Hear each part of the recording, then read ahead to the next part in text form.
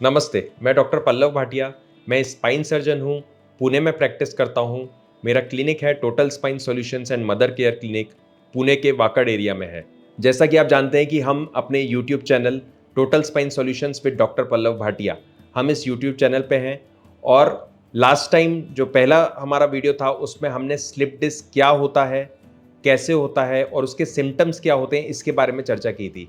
आज की वीडियो में स्लिप डिस्क क्यों होता है और क्या स्लिप डिस्क सीरियस सिम्टम है, इस क्वेश्चन के बारे में हम थोड़ा सा चर्चा करेंगे। तो काफ़ी पेशेंट्स मेरे क्लिनिक में आते हैं और वो पूछते हैं कि स्लिप डिस्क हमें ही क्यों हुआ और क्या ये बहुत सीरियस सिम्टम है। तो इसके बारे में मैं बोलना चाहूँगा कि स्लिप डिस्क किस पेशेंट्स में होता है या किस में ज़्यादा कॉमन होता है। तो ऐसे मैंने 4 टाइप के पेशेंट्स या 4 टाइप के लोग आइडेंटिफाई किए हैं कि जिनमें स्लिप डिस्क होने के चांसेस ज़्यादा होते हैं as compared to normal population. सबसे पहले टाइप के लोग होते हैं जिनका हार्ड वर्क रहता है, जिनका बहुत झुकने वाला, बहुत वज़न उठाने वाला काम रहता है। जैसे कि जो फार्मर्स होते हैं, उन लोगों का ज़्यादा हैवी वर्क रहता है, उनका ज़्यादा झुकने वाला काम रहता है। उस वजह से हमारी जो डिस्क होती है, वो डिस्क के बाहर निकलने के चांसेस बढ़ जाते हैं, क्योंकि डिस्क के ऊपर ज़्यादा प्रेशर आता है, उसके ऊपर लोड ज़्यादा आता है। तो इसलिए स्लिप डिस्क होने के चांसेस बढ़ जाते हैं। दूसरी तरह के लोग होते हैं कि जिनका ट्रैवल बहुत रहता है, जो जस्ट लाइक ड्राइवर्स, या जिनको ऑफिस के लिए ज़्यादा ट्रैवल करना पड़ता है, या जो टू व्हीलर ज़्यादा चलाते हैं। तो रास्ते खराब होने की वजह से टू व्हीलर चलाने पे उनको जर्क लगने के चांसेस बढ़ जाते हैं। अगर जर्क लगता है तो जैसे हमने लास्ट वीडियो में बात की थी, हमारा जो डिस्क है उसका बाहर का जो कवर है, एन्युलस फाइब्रोसिस जिसको हम बोलते हैं, उसमें टियर होने के चांसेस बढ़ जाते हैं। अगर उसमें टियर हुआ तो अंदर का न्यूक्लियस पल्पोसस बाहर निकलेगा और स्लिप डिस्क का प्रॉब्लम शुरू हो जाएगा।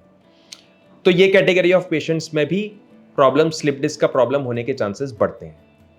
तीसरी कैटेगरी ऑफ पेशेंट्स वो होते हैं कि जिनका एक जगह पे ही बैठ के काम रहता है। जैसे आईटी में जो लोग काम करते हैं, उनका कंटिन्यूस एक ही जगह पे बैठ के कंटिन्यूस सिटिंग पोजीशन में उनका सारा वर्क शेड्यूल रहता है। तो उसकी वजह से उनकी जो डिस्क है वो अंदर से कमज़ोर हो जाती हैं, वीक हो जाती हैं, और उसकी वजह से उसके अंदर डीजेनरेटिव प्रोसेस शुरू होती है। तो ऐसे पेशेंट्स में डिस्क अंदर से वीक हो जाती है, और अगर थोड़ा सा भी जर्क लगा, वो जर्क हमारे दिन पे दिन जो हम काम करते हैं उसकी वजह से भी लग सकता है, या फिर अगर हम कुछ ट्रैवल कर रहे हैं तब भी लग सकता है। तो थोड़ा सा भी जर्क लगा तो वो डिस्क उसको सहन नहीं कर पाती और वो अल्टीमेटली स्लिप डिस्क में रिजल्ट करती है। और चौथे तरह के लोग ऐसे होते हैं कि जो स्पोर्ट्समैन होते हैं, जो स्पोर्ट्स ज़्यादा खेलते हैं। तो स्पोर्ट्स में इंजरी होने की वजह से ऐसे पेशेंट्स को स्लिप डिस्क का प्रॉब्लम हो सकता है। अब हम बात करते हैं कि क्या ये सीरियस कंडीशन है? क्या सभी लोगों को इसमें बहुत ज़्यादा प्रॉब्लम होती है, या सभी लोगों में ये ऐसे कंडीशन में रिजल्ट करती है कि which turns out to be serious? तो इसका आंसर है नो। जनरली 90 to 95% केसेस में slip disc is not serious. उसका बहुत एक टाइप का टैबू बना दिया गया है कि नहीं, स्लिप डिस्क हो गया है, स्लिप डिस्क बहुत सीरियस है, बहुत प्रॉब्लमेटिक सिचुएशन है, एक बार हो जाती है तो वो कभी ठीक नहीं हो सकती। लेकिन ऐसा नहीं है।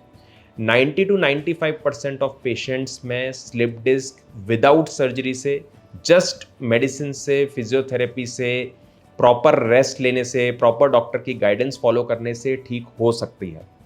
खाली कुछ सिम्टम्स जो मैं अभी इलेबोरेट करूंगा, अगर वो होते हैं तब स्लिप डिस्क सीरियस कंडीशन में तब्दील हो सकती है। और वो जो सिम्टम्स हैं उसमें सबसे पहला सिम्टम है पैर की ताकत कम होना। अगर आपकी डिस्क बहुत बड़ी है या स्लिप डिस्क बहुत सीवियर फॉर्म में रिजल्ट हुई है, तो आपकी पैर की ताकत कम हो सकती है, क्योंकि नर्व इतनी ज़्यादा कंप्रेस हो जाती है कि आपके जो पैर के मसल्स हैं वो मसल्स वीक हो जाते हैं, और वो मसल्स वीक होने की वजह से कई कई बार ये परमानेंट डैमेज में रिजल्ट हो जाता है। तो पैर की ताकत अगर कम हुई तो उस वजह से हमें चलने में लड़खड़ापन या फिर इम्बैलेंस होता है। तो ऐसे टाइप के पेशेंट्स को तुरंत डॉक्टर के पास रिजल्ट करना चाहिए, तुरंत डॉक्टर को दिखाना चाहिए, तुरंत अपने स्पाइन स्पेशलिस्ट को दिखाना चाहिए। दूसरे टाइप के पेशेंट्स ऐसे होते हैं कि जिनको डिस्क में नर्व कंप्रेशन होने की वजह से, स्लिप डिस्क होने की वजह से उनको पैर में नमनेस हो जाता है और कई बार ये नमनेस इतना सीवियर होता है कि it turns into a permanent damage. उनको पैरों की जो तलवों में जो सेंसेशंस होने चाहिए जिसकी वजह से हम खड़े हो पाते हैं, चल पाते हैं, वो पता ही नहीं चल पाता, इतना नमनेस हो जाता है। एंड दैट्स वाई उनको वॉकिंग में प्रॉब्लम होनी शुरू हो जाती है।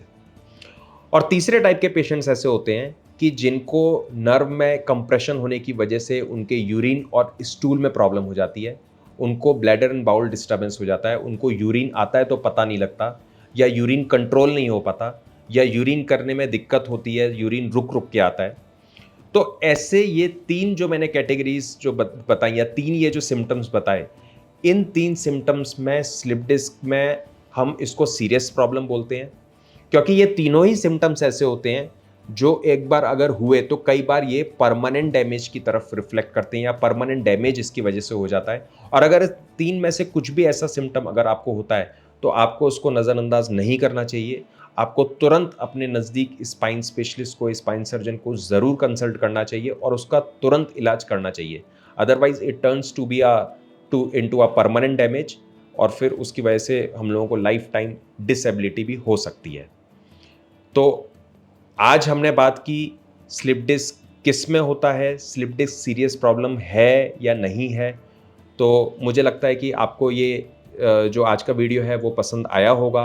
और जैसे मैंने आपको बताया कि ये प्लीज़ आप इसको लाइक करिए, और ये जिसको ये ज़रूरी है उसके साथ उसको शेयर करिए, जिससे कि ज़्यादा से ज़्यादा लोगों को इसके बारे में एजुकेशन मिले। काफ़ी लोग स्लिप डिस्क का इलाज इसलिए नहीं कराते क्योंकि वो डरते हैं कि हम स्पाइन स्पेशलिस्ट के पास जाएंगे तो वो हमको सर्जरी रिकमेंड करेंगे, लेकिन जैसे मैंने बोला 90 to 95% पेशेंट्स को सर्जरी की ज़रूरत नहीं पड़ती। सो आप अगर घबराएंगे तो हो सकता है कि ये सिम्टम्स ज़्यादा हो जाएं, ये परमानेंट डिसेबिलिटी की तरफ लीड करें। तो ज़रूर एक स्पाइन स्पेशलिस्ट को at the start of symptom या at the start of disease में ही दिखाएं, कि जिससे वो डिजीज़ आगे ना बढ़े और आप उसका सही टाइम पे इलाज करा पाएँ। Thank you.